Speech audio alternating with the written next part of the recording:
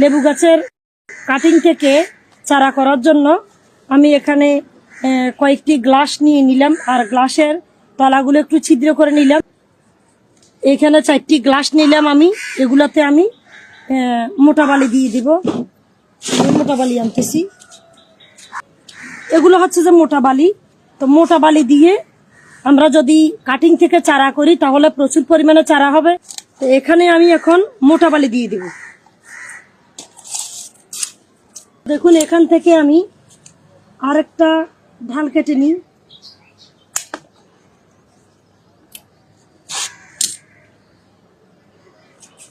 এই কাটিংটাকে আমি কয়েকটা টুকরো করব।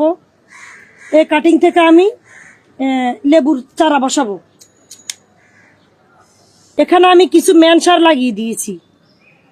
আমি গাছ থেকে পুরনো ঢাল কাটছি, নতুন ঢালের মধ্যে কখনো চারা আসবে না। আমি পুরনো কিছু ঢাল কাটছি, আর ঢালকে আমি 3 থেকে 4 টুকরা করে দিছি। দেখুন, এখানে 2 থেকে 3 ইঞ্চি মোটা বালিতে পুঁতে দিলাম। এবার এখানে কিছু পানি দিয়ে দেব, চায়ে জেগে রাখবো। এই চারাগুলো আমি এখন বসালাম, লেবু গাছের কাটিং থেকে চারাগুলো আমি এখন বসালাম।